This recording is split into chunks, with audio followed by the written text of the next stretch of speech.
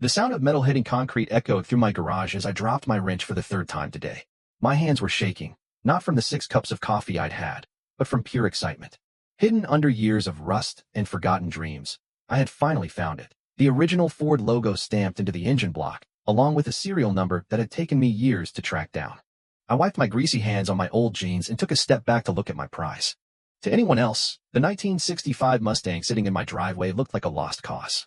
The paint was peeling, rust had eaten away at the corners, and the interior needed a complete overhaul. But I knew what was hiding beneath that weathered exterior. This wasn't just any car. This was the first Mustang prototype, hand-built by Henry Ford's original team. A relic of American history, nearly forgotten. Living in Pine Grove Estates under the name James Mitchell gave me the peace I needed, away from the corporate chaos of being Ford's CEO. Here, I was just another car enthusiast who happened to work in the automotive industry. My neighbors had no idea they shared a cul-de-sac with the head of one of America's largest car companies. Well, most of them didn't care anyway. Except for Sandra Patterson. I heard the distinct click of her designer heels before I saw her. That familiar sound made every homeowner in our community cringe. Sandra, our HOA president, had a talent for showing up exactly when you were in the middle of something important. I quickly pulled the tarp over the engine block, hiding the telltale logo. "Mr. Mitchell," she called out, her voice dripping with fake sweetness. "I couldn't help but notice your project has been sitting here for quite some time now." She held her tablet like a weapon, probably already typing up another violation notice. "Good morning, Sandra," I replied, keeping my voice steady despite the urge to tell her exactly who she was talking to. "I'm making progress every weekend. Classic car restoration takes time." She looked at the car like it was personally offending her, then at my oil-stained driveway. "Our community has standards, Mr. Mitchell. This isn't some rural junkyard. Do you know what eyesores like this do to property values?" I watched as she snapped photos with her tablet, knowing they'd end up in some HOA presentation about neighborhood decline. Next door, I could see Tom Baker watching from his garage, shaking his head in sympathy. His daughter, Katie, waved at me. She'd been fascinated by the car since I moved in, always asking questions about engines and restoration techniques. I took a deep breath, forcing a polite smile. "I understand your concerns, but this car has historical significance. It's a rusty heap that needs to be removed," she cut in, already turning to leave. "You'll be receiving an official notice. I suggest you make arrangements to have this vehicle taken to an appropriate facility. Pine Grove Estates has a reputation to maintain." As she clicked her way back down my driveway, I ran my hand along the Mustang's fender. If she only knew that this rusty heap was worth more than her entire collection of designer handbags. The car that would eventually revolutionize American automotive design was sitting right here, and she wanted it hauled away like garbage. Tom walked over once Sandra was out of sight. "She's on the warpath lately, James." Last week, she cited Mrs. Robinson for having wind chimes that were not approved by the architectural committee. I nodded, my mind already racing with possibilities. As CEO, I could easily have this car transported to Ford's private restoration facility. One phone call, and it would be safe from Sandra's crusade. But something in me refused to give in to her bullying. This wasn't just about my car anymore. It was about standing up to someone who used her power to make others feel small. I smiled, pulling the tarp completely over the car. "Don't worry about me, Tom. I have a feeling this situation is going to work out just fine." Little did Sandra know, she had just picked a fight with someone who had the resources and determination to challenge her authority. The only question was, how long should I let this play out before revealing my hand? By the time I got home the next evening, the violation notice was already taped to my front door. I didn't even have to read it to know what it said. Sandra Patterson's fingerprints were all over this. Still, I unfolded the paper and skimmed the words. Notice of violation, non-compliant vehicle storage. Infraction, unauthorized vehicle restoration in a visible area. Fine, $500 per day until the vehicle is removed. Resolution required, immediate removal or storage inside a garage. Final warning before further action. I exhaled through my nose, running a hand through my hair. So this was how she wanted to play it. I pulled out my phone and dialed a number I rarely used, my corporate legal team. "Mason," I said when my lead attorney answered, "I need you to look into Pine Grove Estates HOA bylaws. Specifically, their rules on classic car restoration." Mason chuckled. "HOA drama? Didn't peg you for the suburban battlefield type, boss." "Neither did I," I muttered, eyeing the violation notice.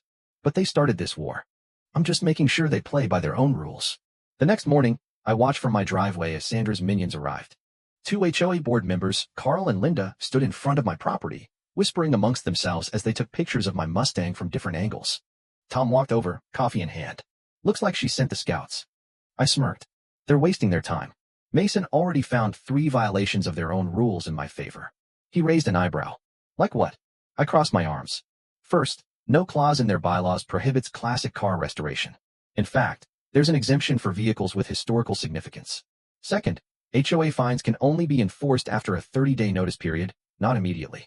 And third, I nodded toward Sandra's house. She's breaking her own rules. Tom followed my gaze and then laughed. Oh man, that's beautiful. Across the street, Sandra's driveway hosted an unapproved luxury gazebo, one she had installed last year without a permit. If she wanted to play dirty, so could I. That afternoon, I made my way to the HOA office with my own set of paperwork. Sandra was seated behind her polished mahogany desk, typing aggressively on her tablet. She barely looked up when I walked in. Mr. Mitchell, she said coolly. Here to pay your fine? I placed my folder on the desk. Actually, I'm here to file a formal complaint against you. She blinked.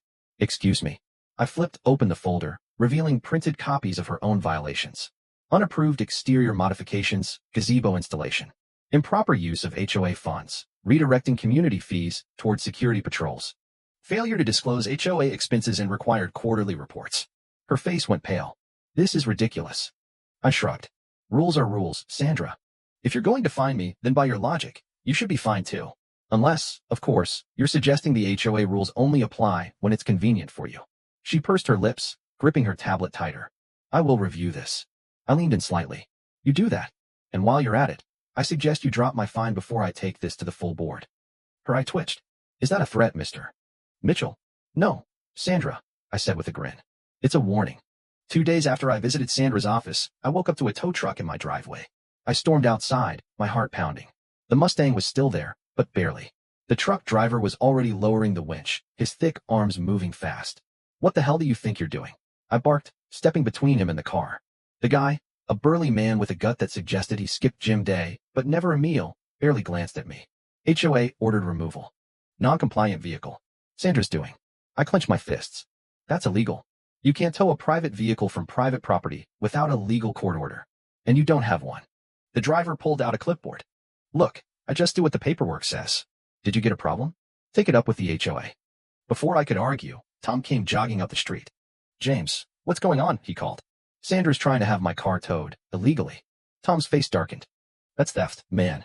Hold on. He pulled out his phone and started recording. I turned back to the tow truck driver. If you so much as touch this car, you'll be looking at a lawsuit for grand theft auto. The driver hesitated. That was all I needed. I pointed at the clipboard. Your paperwork is not a court order. You try to tow this car, and I will have you in front of a judge so fast your head will spin. The guy exhaled sharply, then reached up and killed the engine. Not worth the hassle, he muttered. He climbed back into his truck, threw it in reverse, and pulled out of my driveway. I exhaled slowly. That was close, Tom said, lowering his phone. I nodded. Too close. Time to hit back. Hard. The following night, the HOA held their monthly board meeting in the community center. Normally, only a handful of residents showed up. Tonight, the place was packed. Sandra sat at the head of the table, her usual smug expression firmly in place, but I could tell she wasn't expecting this many people.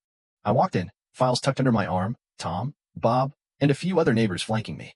Sandra cleared her throat. Before we begin, I'd like to remind everyone to conduct themselves professionally. Oh, you mean like ordering a tow truck to steal someone's car? I said loudly. Gasps rippled through the crowd. Sandra's eyes narrowed into slits. The vehicle in question was in violation of community standards. No, it wasn't, I countered. I held up the HOA bylaws for everyone to see. Nowhere in these rules does it state that restoring a historic vehicle is a violation. In fact, I have confirmation from Ford Motor Company itself verifying this Mustang's historical status. It qualifies for an exemption. I turned, handing copies to several neighbors. It's all here in writing. Sandra knowingly issued a false violation, and then illegally attempted to have my car towed. Murmurs filled the room. Is that true, Mr. Lawson? One of the older board members asked. Sandra's jaw was tight. This is not relevant to tonight's agenda. Oh, but it is, Tom jumped in. Because this isn't just about James. She's been issuing fines to multiple homeowners for things that aren't even violations. Like Mrs. Robinson's wind chimes. Bob's flower beds. The Wilsons' backyard shed. Bob stood up. Yeah, my fine was for having too many plants. Who gets fined for flowers? Sandra's grip on her gavel tightened. This is all irrelevant. The HOA board is fully within its rights to enforce. Not if you've been misusing HOA funds, I interrupted, holding up another folder. Silence. Then, whispers. Sandra's face went pale. Oh yeah, I continued. I pulled the financial reports. You've been collecting fines, and instead of putting them toward community maintenance, you've been redirecting funds to a private consulting company that just so happens to be owned by your cousin. A loud murmur swept the room. Now I had them. We're calling for a vote, I said, locking eyes with her. Effective immediately, we moved to remove Sandra Patterson as HOA president. Gasps. Sandra shot to her feet. You can't do that. You don't have the authority. Actually, Mr.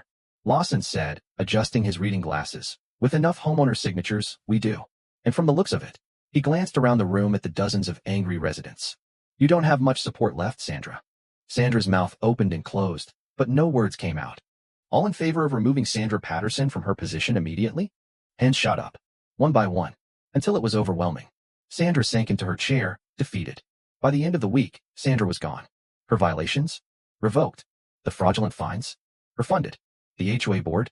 Completely restructured. I stood in my driveway one evening, polishing the Mustang's hood, when Tom walked over, hands in his pockets. You did it, he said, shaking his head. You actually took her down. I smirked. Nah, we did.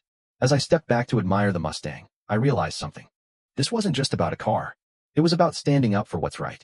And I'd do it again in a heartbeat.